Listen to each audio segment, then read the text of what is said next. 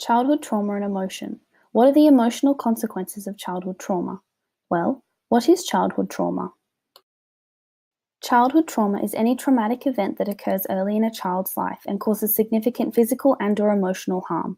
This includes emotional, physical, or sexual abuse and physical or emotional neglect. When trauma occurs early, it can significantly affect a child's emotional development.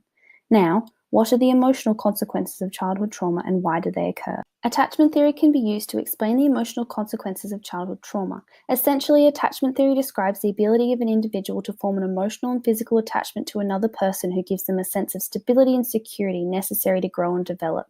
So when children are deprived of the opportunity to create secure attachments in their formative years, their emotional functioning is severely impaired.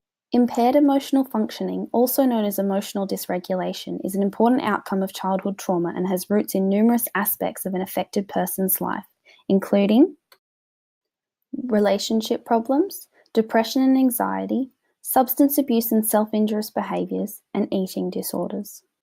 Relationship problems are often seen in childhood trauma victims. It is thought to be related to emotional dysregulation in that difficulty of regulating the intense and sometimes intrusive emotional states related to past abuse plays an important role in the diminished relationship quality that adult survivors of abuse tend. Additionally, the development of depression and anxiety is also a common outcome. Childhood trauma contributes to early life stress and leaves people vulnerable to the development of disorders such as depression and anxiety.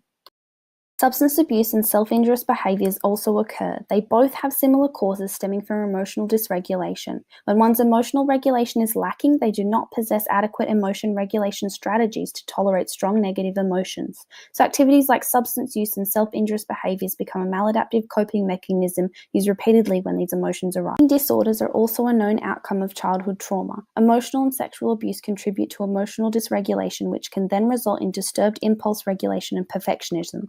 These cause individuals to turn to self-destructive and self-harming behaviors such as purging and vomiting and restrictive dieting behaviors for relief from tension and distress and to regulate their internal emotional states. The take-home message of this presentation is the emotional consequences of childhood trauma are terrible and long-lasting and should not be taken lightly. They affect numerous aspects of a person's life, including their relationships, mental health, and physical health.